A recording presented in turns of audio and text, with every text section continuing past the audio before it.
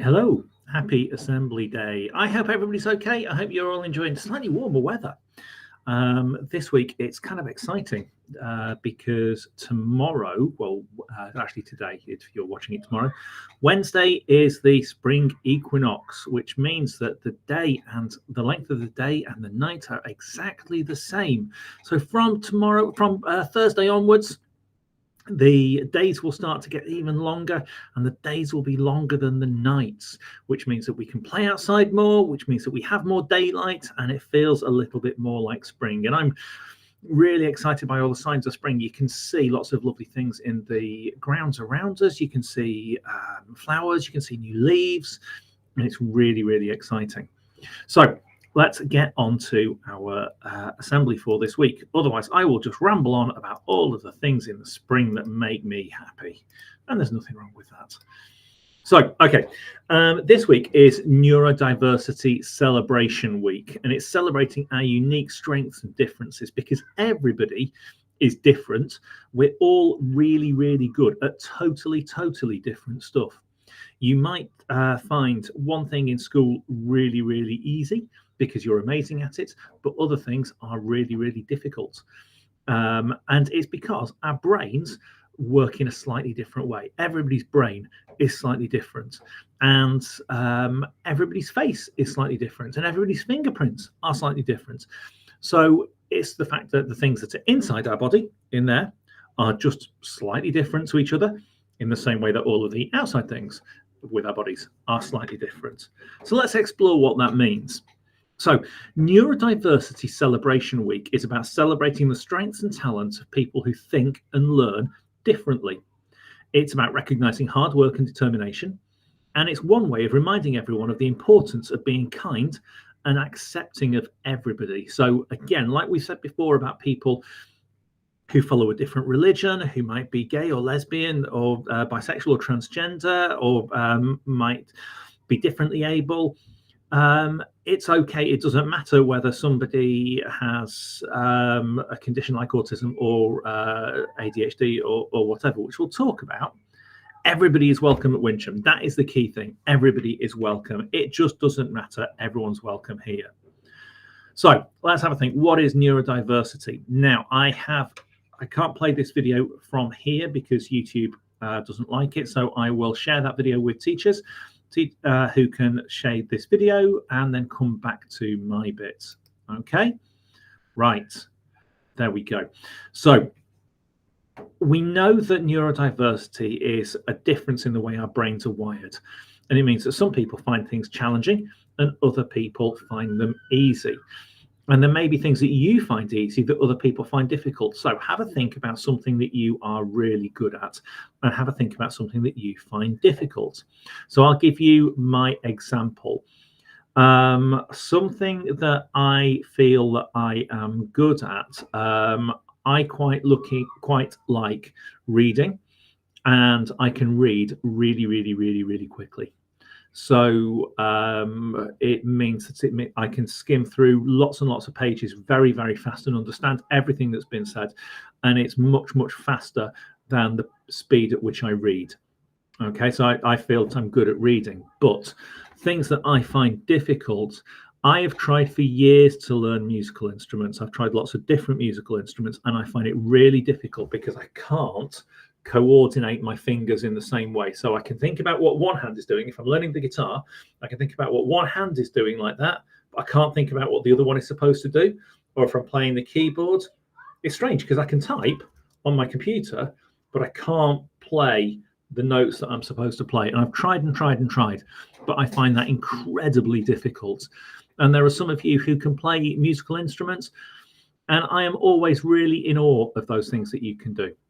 So have that discussion. What are you really good at? What do you find difficult? And see if you can think of things outside of school as well. Okay, pause the video, have that conversation. Right. So what we're going to do is we're going to talk about some different things that might mean that our brains are neurodiverse. And diverse means just a bit different, and it's all okay. So dyslexia. So this is Maggie Adarin Pocock. She is a space scientist. And she says, my dyslexic thinking means I don't just think outside the box, I think outside the planet. So people with dyslexia are often great at talking, solving problems, being creative, but they may find reading, writing, and memory tricky. But actually, what Maggie has done is, as a space scientist, she's used her ability to solve problems. And when I say be creative, it's not necessarily drawing pictures. It's think in a different way and to come up with new ideas. That's the real challenge for somebody who is dyslexic, is that they have that opportunity. So how are they going to use that? This is Daniel Radcliffe. Daniel Radcliffe, we know it was Harry Potter in the Harry Potter films, and Daniel Radcliffe has dyspraxia. He says, don't let it stop you. It's never held me back, and some of the smartest people I know are people who have learning disabilities. The fact that some things are more of a struggle will only make you more determined, harder working, and more imaginative in the solutions you find to problems. People with dyspraxia, which is to do with movement, are often great at having original ideas, solving problems, and real determination. And we've talked before about how determination is important. But they may find coordination and movement tricky. So they might be clumsy or trip over lots of things. Or I don't think I have dyspraxia, but like I said about coordinating my hands when I'm playing music. Okay, dyscalculia. This is Robbie Williams. Robbie Williams is a singer in his own right, but was also in Take That. And he says, you're astonishing. You just don't know it yet. I'm surrounded by incredibly successful people, and most of them are like you and I. Dyscalculia is, if you have dyscalculia, it means you may find maths really difficult, but you can be great at solving problems and thinking big thoughts, having really big ideas. Some people focus on really, really small ideas, but actually you can think of really, really big ones. So ADHD. So ADHD stands for Attention Deficit Hyperactivity Disorder. But the guy who you can see here standing with Captain Underpants is David Piley.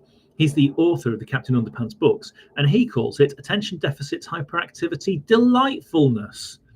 I want kids to know there's nothing wrong with you. You just think differently, and that's a good thing. This world needs people who think differently. So people with ADHD, or Attention Deficit Hyperactivity Delightfulness, are often great at talking. They can be creative, they're energetic, they're enthusiastic, but they may have a very busy mind and find it tricky to concentrate and to sit still. But they have lots of great ideas and lots of thoughts about how things can happen. Autism. Does anybody recognize who this is? That's right. It's spelled wrong on this PowerPoint, but it's Greta Thunberg, climate activist. And Greta Thunberg has autism. And she says a lot of people with autism have a special interest they can sit and do for an eternity without getting bored. It's a very useful thing sometimes. It can be something you can use for good, and I think I'm doing that now. So Greta Thunberg is using her voice to campaign for climate change. So she's really following that global goal. And people with autism are often great at remembering things, solving problems, knowing lots, really good memory for facts and figures, and being very, very honest in the way that they deal with people. They may have a different way of communicating and understanding the world. People with autism may be sensitive to noise, to bright lights, and to smells. So that's something that that we can bear in mind when we see other people, when we treat other people differently, because it's about treating people right. So Billie Eilish, she's one of the most successful singers and songwriters, and she has Tourette syndrome. So people with Tourette syndrome are often great at being empathetic, understanding how other people are feeling, creative. They might achieve lots, but it can cause sudden repeated movements and sounds, which are called tics. So that can be really challenging, but they've got this incredible ability with creativity and understanding other people. So Neurodiversity Celebration Week reminds us that whatever our differences and challenges, everyone has their own talents. And many people who have ADHD, autism, dyslexia, dyspraxia, Tourette syndrome, and experience challenges in school are now very successful. And many of them say their success is because of their unique way of thinking. So what can we do about this? Well, don't tease or make fun of people, because we're all a bit different. Now, even in my example, I find playing an instrument really, really difficult. I don't have dyspraxia, but I find coordinating my hands on a keyboard incredibly difficult. Mr. Bounce is really, really good at playing the keyboard. He doesn't make fun of me for my musical ability. He's just kind and understanding. And that's the thing, is to be kind, understanding, and encouraging, because we never know what anybody else is dealing with that we don't know about. So never forget that you have the power to make a positive difference to someone who may be having a difficult time. So if you smile at somebody, you encourage somebody, you make someone's day by being understanding and kind. And it makes life much more interesting that we have lots of different people in the world. Okay, so all of those things, they're linked to one specific global goal. I wonder if you can work out which one it is that we're talking about. Yeah, that's right. Well done. It's reduced inequalities. It's making sure that everybody is celebrated for who they are, to make sure that people with ADHD or autism or dyscalculia or whatever it is, they're celebrated for their fantastic achievements, their fantastic contributions to society. Okay, so making sure that everybody has the fair opportunity. Right. See you later, guys. Bye-bye.